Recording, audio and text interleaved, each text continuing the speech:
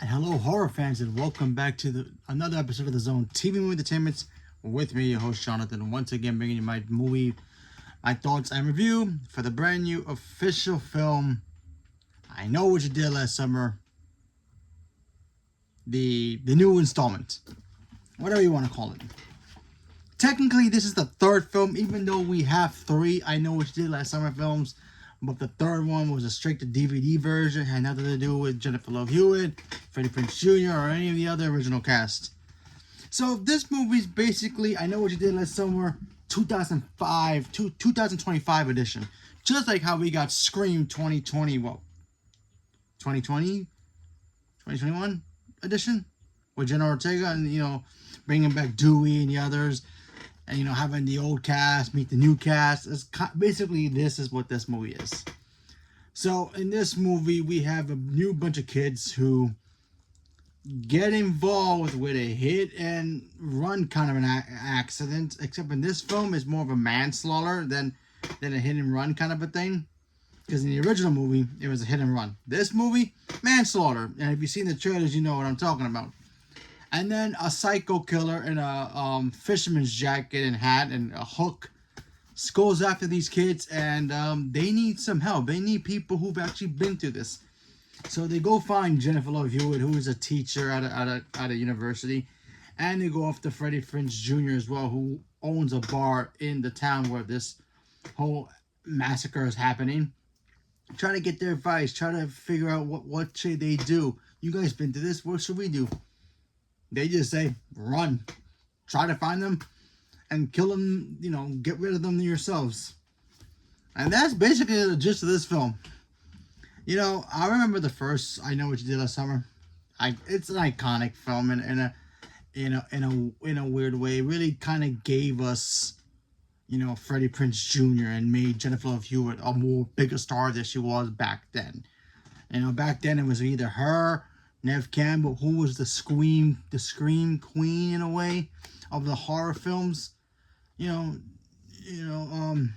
Lee Curtis was already the queen. She was already at the top of the list because she's fighting Michael for thousands of years. But then we needed new actresses, and then we had Ghostface, and then we had the Fisherman.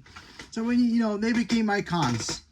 And seeing this film, it brought back that nostalgia a little bit. And I remember growing up watching that first one and the second one, the only ones that actually count because they actually are connected. And I liked them. I like those movies. And then seeing this movie, I remember watching the trailer, saying to myself, yeah, this is basically kind of like what Scream did. Scream 5? Scream 5 literally was Scream 5, but it also had a new cast, so it was kind of like a reboot, but also continuation of the original story, But except in this case, it wasn't really Julie's story to tell. Unlike in Scream, where, you had you didn't have Neve Campbell either. Neve Campbell was in that movie, sure, and their stories was there, but I really had to deal with them. Same thing here. And you know what? It was fun.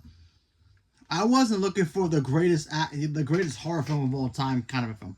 I thought this movie was fun. It had some cool moments. The kids, honestly, I'm gonna be completely honest. Normally you try to recreate the '90s style horror films when you get these kind of like clueless kids who don't know what the hell they're doing. These kids actually knew what the heck they were doing, and I was like applauding that. I was like, wow. These kids are actually kind of smart. Normally, we don't get that in horror movies when it comes to, especially in the 90s. The kids will go down a dark alley. Why are you going down there? Or something like that. Or leaving a door unlocked or locking a door in a way that a killer can break right through. They were actually kind of smart a little bit. Not naive a little bit still, but still, they didn't do too much with that. So I thought the kids were pretty cool.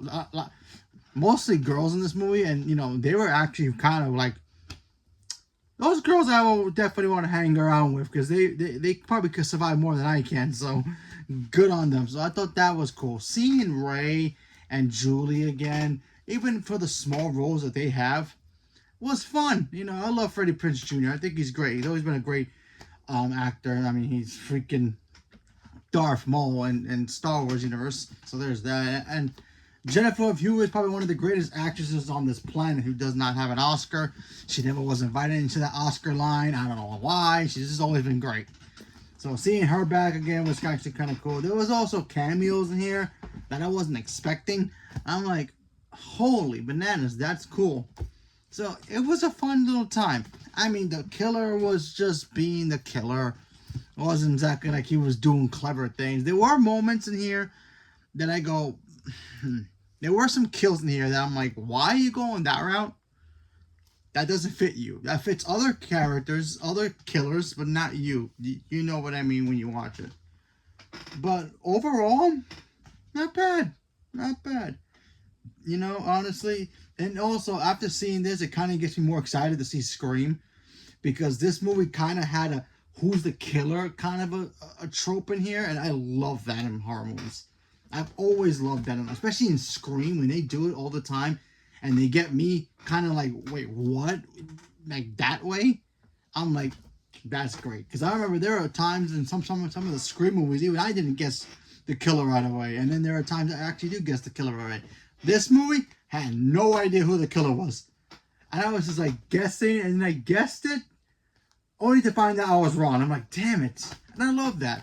I love having those kinds of like guessing moments, like, this person's the killer. Oh, that person's definitely the killer. And it ends up being somebody else. I'm like, damn it, got me again. And it's always fun to do that. I love doing that for myself. It's so much fun. But anyway, this movie's fine. And I'm glad it's a proper sequel to the original two. Like I said, there is a third one officially. Technically, yes, there is. But technically, it doesn't really count because it's a straight-to-DVD film. And it had a whole bunch of different casts. It had nothing to do with the original movies. This one definitely has something to do with the original movie and even the sequel to that one, when they go to the Bahamas in the sequel. Speaking of that, speaking of, you know, the two movies, it was just like, I got nervous. I thought, are they going to retcon it? No, they actually do mention number 2. So if you know what number 2 is, watch it. So yeah, there's that. And there's actually a post-credit scene here. And it just made me, at first I'm watching, I'm like, wait, why does this look familiar to me? And then it came right back to me. I'm like, oh my God, is this part? That's cool. So overall, this movie's fun. Is it the greatest horror movie? No. Is it going to be better than the other movies? No. Do I have any complaints about it? Sure. You want to know about what, you know, my real complaint about the film was the fact that the killer killed, but we didn't get enough of it. I wanted more. You know, I felt like the kills were kind of cool, but it kind of happens quick. You know what I mean? And normally when you're watching a horror film, you know, you kind of like, ooh, is he going to kill this person or that person? How is he going to do it?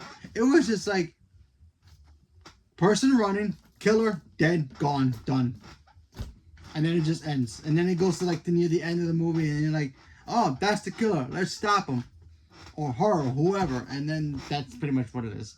So I kind of wish we would have got more kills in the movie. I mean, the kills, like I said before, it was fine, but still.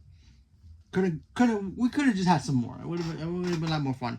But overall, I enjoyed it. Had a lot of fun with it. Highly recommend it if you are, I know what you did, a summer fan. If you like the first 2, or even the third one, and you want to watch this new 4th one, if you count this as the 4th one, awesome. But I don't. I think this is the original 3. This is the actual official 3rd film. But if you count this as the official 4th film, that's cool. Give it a shot. Check it out. So leave a comment below. Let me know what you guys thought, and which one is your favorite film. Is it the original, the sequel to the original, this new one, the straight-to-DVD version? Leave me a comment below. Let me know. Stay tuned for more. Thank you very much, and have a good night.